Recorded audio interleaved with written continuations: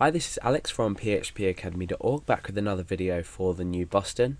Now, we've already looked at selecting data from our database, and we did this using the code here.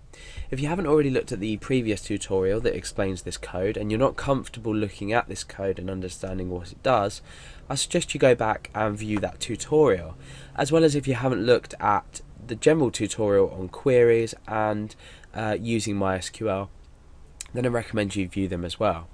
Now, what we've done here is we've selected a specific field names from this table called food, where unhealthy equals U and calories equals 700. So we've been quite specific, and in this case we've only retrieved one value. That's the ice cream value here with the ID of 4. Now what we want to do is be able to take user input in order to return specific values. So let's say I want the user to be able to specify if they want a list of unhealthy food or healthy food, or maybe if they want to specify a maximum or minimum calorie amount. But for now we're just going to go for the unhealthy healthy food option, and then the rest of that will be self-explanatory for your own purposes. So we're going to keep the code we've already got here.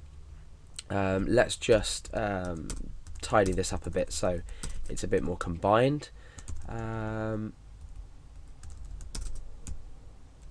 In fact, we'll separate it just so it's easier to view.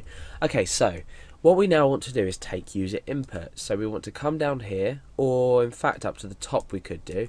Let's just cut off this require here and reopen a tag there for the rest of the PHP, and we can put our HTML in here.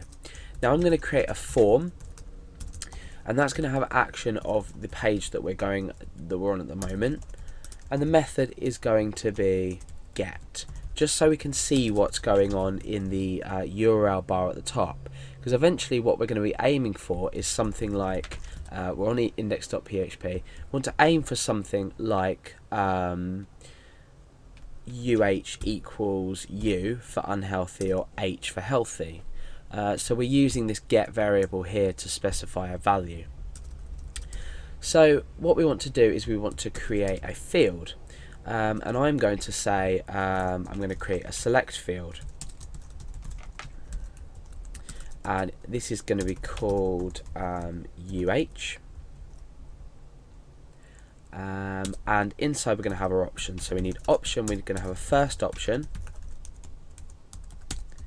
and we're going to have a second option, and these options are unhealthy or healthy, if I can spell it correctly. So option value equals we'll just say U, and option value equals H. So now let's create a submit button. We'll go down a couple of lines and say input type equals submit, and the value of that can just be submit, so that's what's being displayed to the user. And we'll add something that's a bit more user friendly, so choose a food type, I guess that would be fine. Okay, so let's first of all okay, we'll leave that for now. So let's press F5, choose a food type, unhealthy or healthy. Now ignore this for now, because in the PHP code we've got a static static query which we've predefined, so ignore this for now. But eventually what our form will do is it will produce a list of foods depending on what the user selects here. So now what we're doing is, as well as creating our query, we're allowing the user to specify things that they want to return. So this is really useful in sort of everyday applications.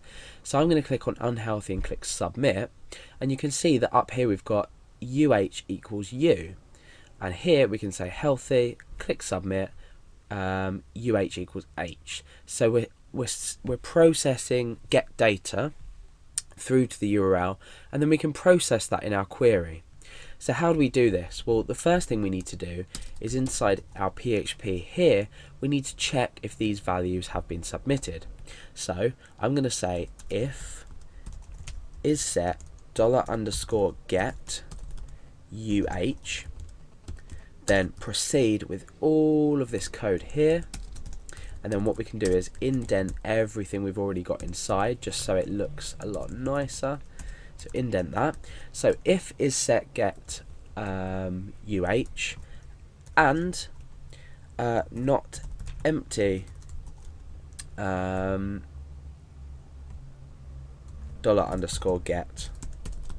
UH. Now what we can do is we can say UH equals $_get UH.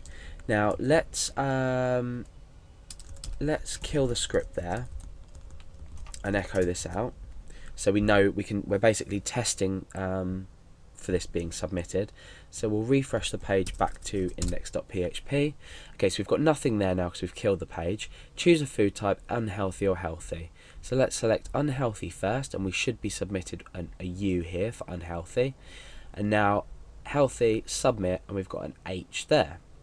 Okay, so now what we can do is we can insert this value that's selected into our query to allow the query to become more dynamic and select the food type, either whether unhealthy or healthy, depending on the user's input.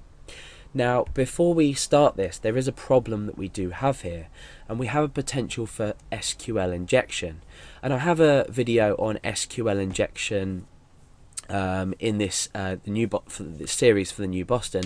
So have a look at that video before you run anything like this on a live web server, because you'll tend to find that queries can be modified using data. So for example, if I was submitting this H value here is eventually going to go into a query. So I could change this to something, it wouldn't be select star, but just for an example, I could change that so we can input different things into our query. If that doesn't make sense now, it will do in a moment. So input equals H. That's a good point actually. Let's also make this str, oh no, it'd be this str to lower, so we're always converting this to lowercase in case people try to modify the URL and everything like that.